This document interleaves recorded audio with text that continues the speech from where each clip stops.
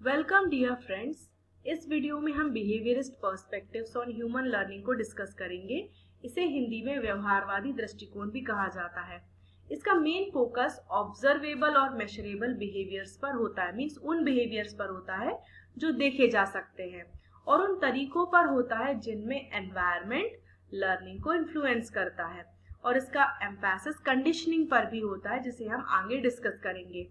सबसे पहले इसके की फीचर्स को हम जानते हैं। सबसे पहला की फीचर है इसका फोकस ऑब्जर्वेबल बिहेवियर्स पर होता है। बिहेवियरिस्ट ऑब्जर्वेबल और मेजरेबल बिहेवियर्स को स्टडी करते हैं बजाय इंटरनल मेंटल स्टेट के। सेकेंड की फीचर है एनवायरमेंटल इन्फ्लुएंस, मींस हम एनवायरमेंटल इन्फ्लुएंस से सीखते हैं। एनवायरमेंटल स्टिमुलाई और रेस्पॉन्सेस के थ्रू हम सीखते हैं।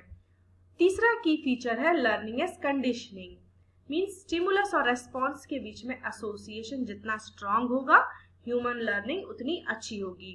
और फोर्थ की फीचर है empirical and objective approach. Behaviourist theories rely on experiments and observation.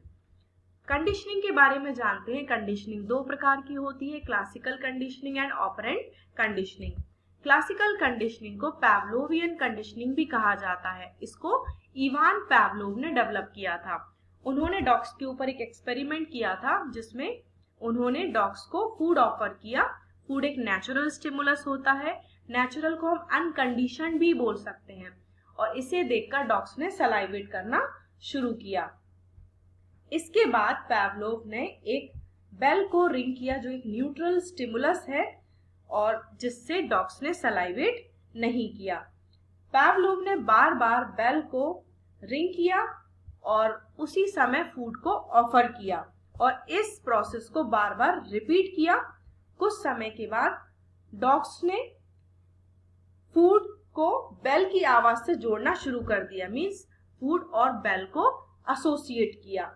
लगातार अभ्यास के बाद, मींस रिपीटेड प्रैक्टिस के बाद, डॉग्स ने सिर्फ बेल की आवाज पर सलाइवेट करना शुरू किया, भले ही उनको फूड ऑफर ना किया गया हो।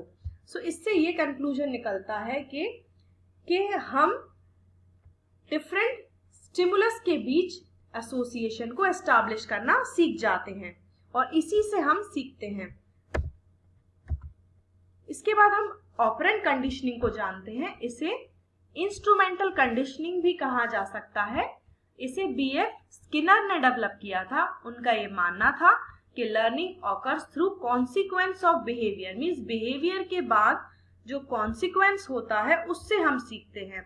मींस यदि हमने कुछ बिहेवियर सडनली परफॉर्म किया और हमें उसका रिवार्ड मिलता है या हमें शाबाशी मिलती है, तो हम उस बिहेवियर को रिपीट करते हैं।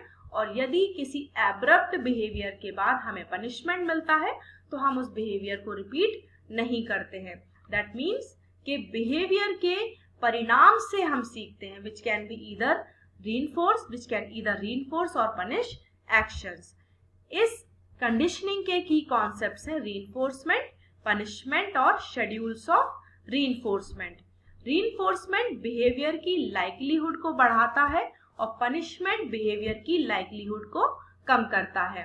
और जिस पैटर्न से या इंटरवल से बिहेवियर को रिप्रेजेंट किया जाता है, प्रेजेंट किया जाता है, उससे भी हम सीखते हैं। That affects how quickly and permanently behaviours are learn.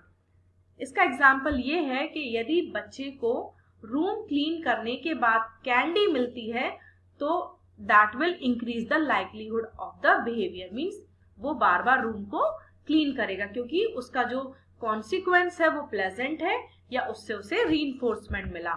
इसके कई एप्लीकेशंस हैं। सबसे पहला एप्लीकेशन एजुकेशन में है। क्लासरूम मैनेजमेंट में हम कंडीशनिंग को यूज कर सकते हैं। स्टूडेंट्स के बिहेवियर को शेप करने के लिए हम रिवार्ड और पनिशमेंट का यूज कर सकते हैं। स्टूडेंट्स में स्किल को रीइंफोर्स करने के लिए, स्किल को डेवलप करने के लिए इसका यूज कर सकते हैं। किसी टास्क को कंप्लीट करने पर हम उन्हें पॉजिटिव रीइंफोर्समेंट दे सकते हैं, जिससे उनकी लर्निंग एनहांस होगी। और तीसरा एप्लीकेशन ये है कि हम बिहेवियर मॉडिफिकेशन में इसका यूज कर सकते हैं।